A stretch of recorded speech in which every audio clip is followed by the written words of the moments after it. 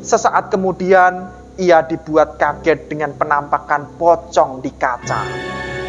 Wajahnya hitam dan kosong, tak ada mata, hidung, atau mulut. Hai, selamat malam. Pastikan diri Anda tidak sendiri hari ini karena di sini akan berbagi cerita-cerita misteri. Dan cerita misteri kali ini adalah satu keluarga di Surabaya diteror dua pocong kiriman. Sobat Misteri, gimana kabarnya hari ini? Semoga kita selalu diberikan kesehatan dan juga diberikan kebahagiaan. Terima kasih buat kalian yang sudah klik video ini, dan buat kalian yang belum subscribe, kalian bisa klik tombol subscribe-nya, dan selamat datang di Cerita Misteri.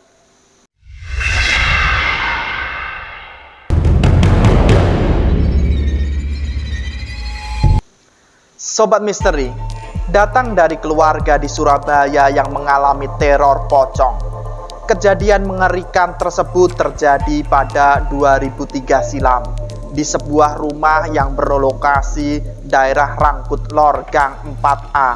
Rumah tersebut dihuni keluarga besar yang terdiri dari 4 kepala keluarga. Kisah tersebut dibagikan melalui Twitter Night Like Sub dalam sebuah tweet panjang. Ia mengaku saat itu usianya masih anak-anak dan masih duduk di bangku taman kanak-kanak. Ia masih ingat betul kejadian horor itu pertama kali muncul saat malam Jumat Legi. Malam itu ia tengah mencari-cari sesuatu yang bisa dimakan dari dalam kulkas. Tiba-tiba gorden yang berada di sampingnya gerak-gerak sendiri.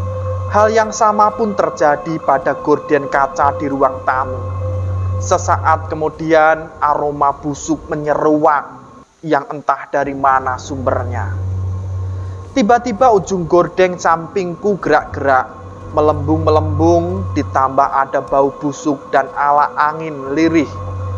Kering gitu rasanya, ucapnya.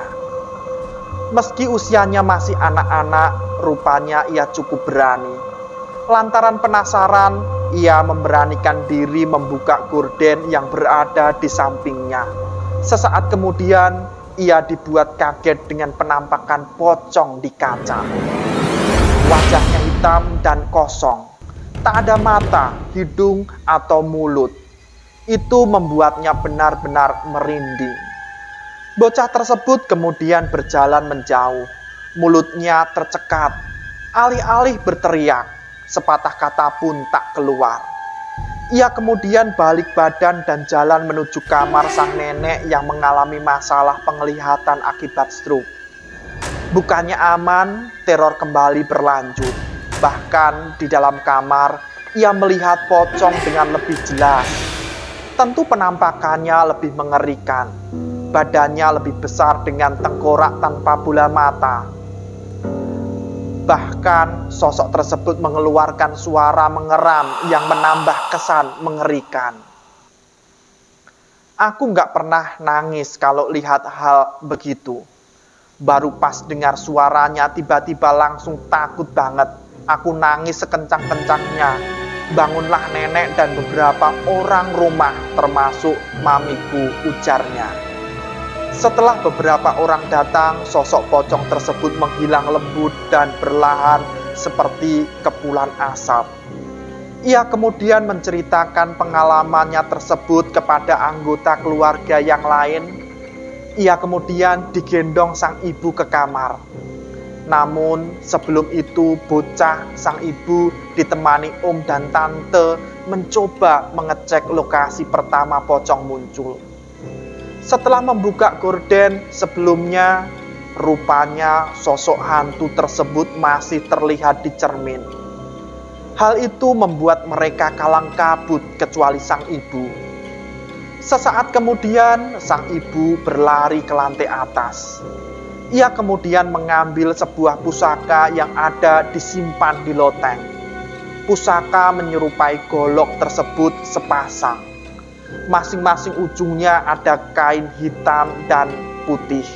Setelah turun, sang ibu kemudian menggendong nenek untuk dibawa ke kamar di mana di sana berkumpul orang-orang rumah yang ketakutan.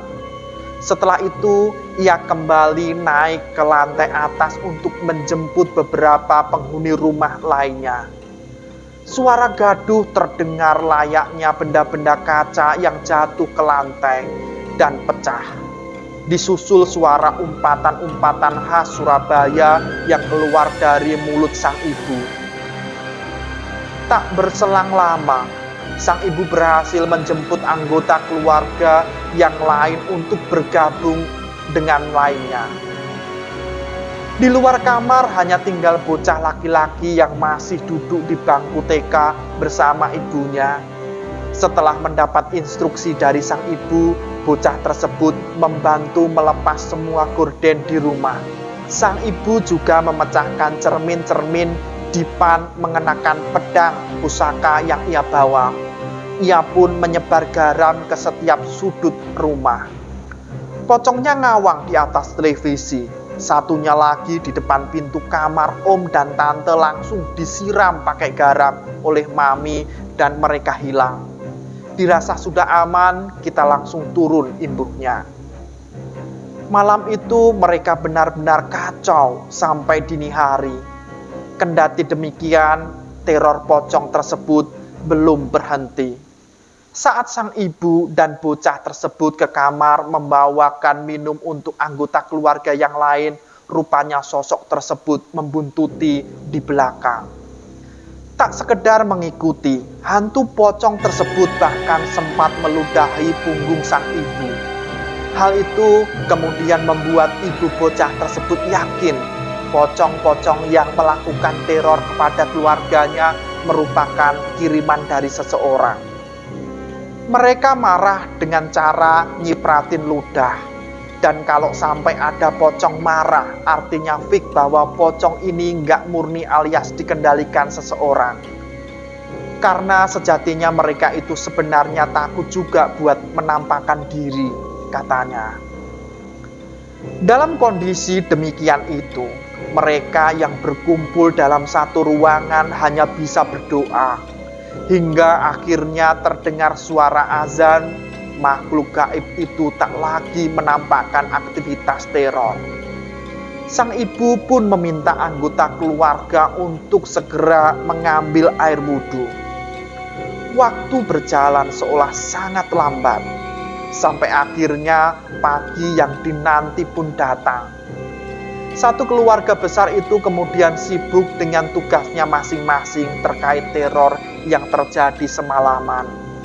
Ada yang melapor ke polisi, ke aparat desa, hingga ke dokter untuk memeriksakan kondisi sang nenek. Sementara itu, sang ibu dibantu suami dari salah satu temannya ke loteng rumah. Mereka kemudian naik ke atas genting untuk mencari sesuatu yang mencurigakan. Benar saja, di sana mereka menemukan 2 bungkusan kain kafan berukuran kecil. Bentuknya lonjong. Bentuknya lonjong kayak lontong. Pas dibuka isinya pretelan tulang campur tanah. Aromanya fix tanah kuburan, ungkapnya. Bungkusan tersebut kemudian didoakan beramai-ramai oleh warga dan Pak D bocah tersebut bersama rombongan teman-teman dari pondok. Hal itu dilakukan untuk mengetahui siapa pengirim teror pocong itu. Disaksikan oleh warga, 2 bungkusan tersebut kemudian terbang ke arah rumah sang pengirim. Rumah tersebut tidak lain ternyata adalah tetangga dekat sendiri. Rumahnya berada di depan rumah keluarga besar sang nenek yang dihuni oleh anak, menantu, dan cucunya. Sang tetangga diketahui sebagai seorang tukang jahit yang tajir. Ia memiliki tanah luas dan kos-kosan. Hubungan 2 keluarga tersebut juga sebelumnya terbilang baik-baik saja. Polisi kemudian mencoba memanggil pemilik rumah, tapi tak ada jawaban. Sampai akhirnya pintu rumah dibuka paksa. Polisi dan warga pun dikejutkan oleh pecahan kaca, boneka, dan peralatan-peralatan yang identik digunakan untuk santet. berserakan di dalam rumah tersebut. Namun hari berikutnya polisi berhasil mengamankan dukun santet tersebut di rumahnya yang lain.